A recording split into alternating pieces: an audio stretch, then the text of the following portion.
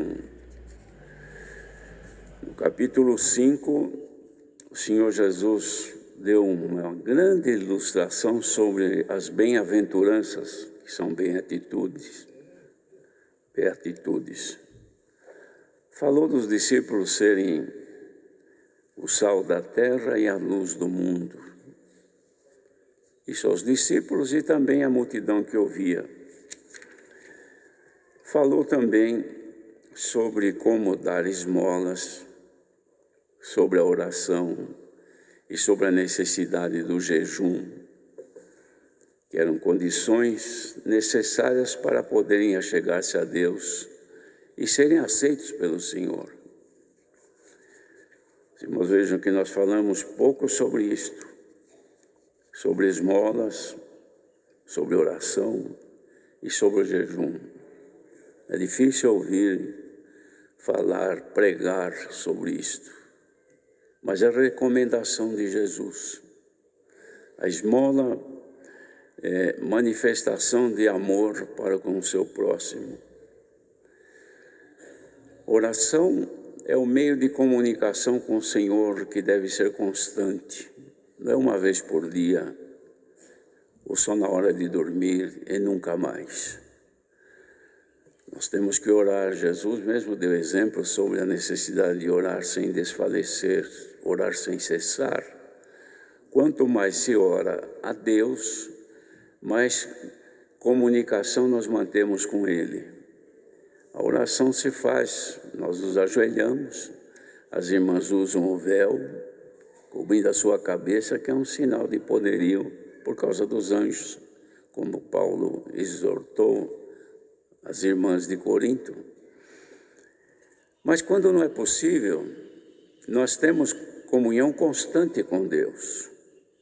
Antigamente, os irmãos vejam que interessante, já bem há 60 anos atrás, não havia telefone à vontade.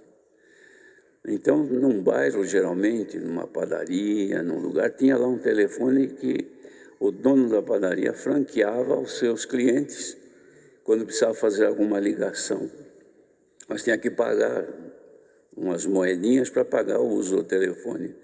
Depois foi evoluindo, criaram então, nas esquinas mais importantes, que chamavam aquilo de orelhão, onde tinha um telefone público e fazia fila para as pessoas usarem.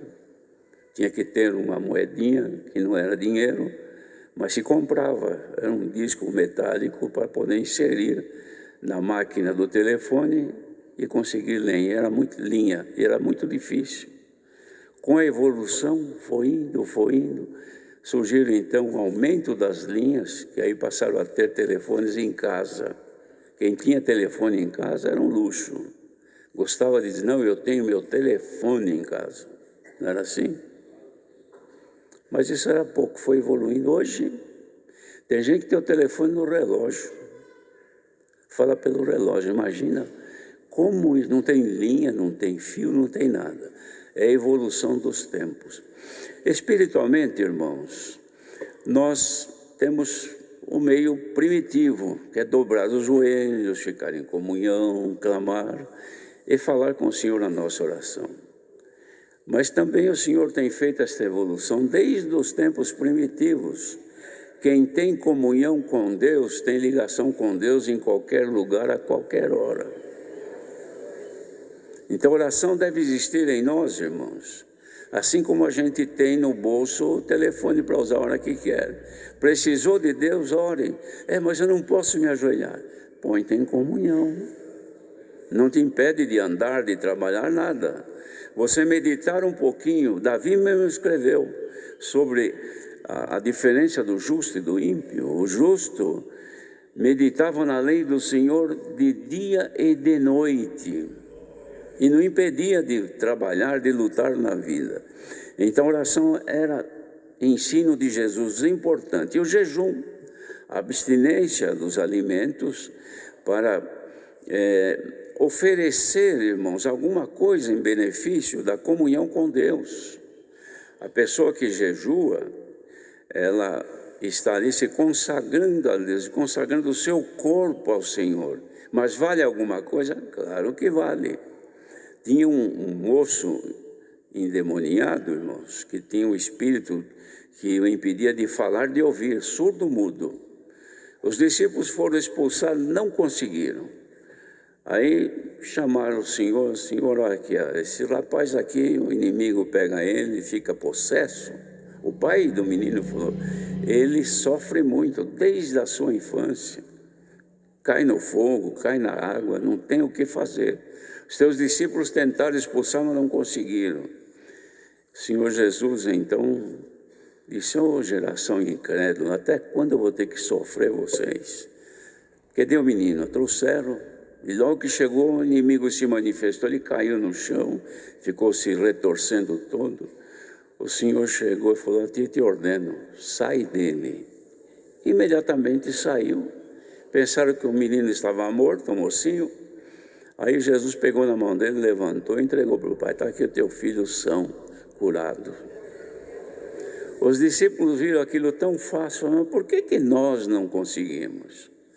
Aí Jesus falou assim, olha, esta casta de demônio não se expulsa, a não ser através da oração e do jejum. Então, os irmãos, veem que o jejum, ele faz parte, sim, da nossa forma de servir a Deus. Dá a impressão que o povo da congregação é proibido de jejuar. Não é isso não, irmão. Jesus também jejuou. Os discípulos também jejuavam. Paulo também, os apóstolos. E nós precisamos ter isso conosco como uma ferramenta de extrema utilidade. Quando se precisa, irmãos, que nós precisamos sempre, mas alguma coisa que a gente precisa ter do Senhor, uma condição, uma coisa que nos aflige, jejuemos então.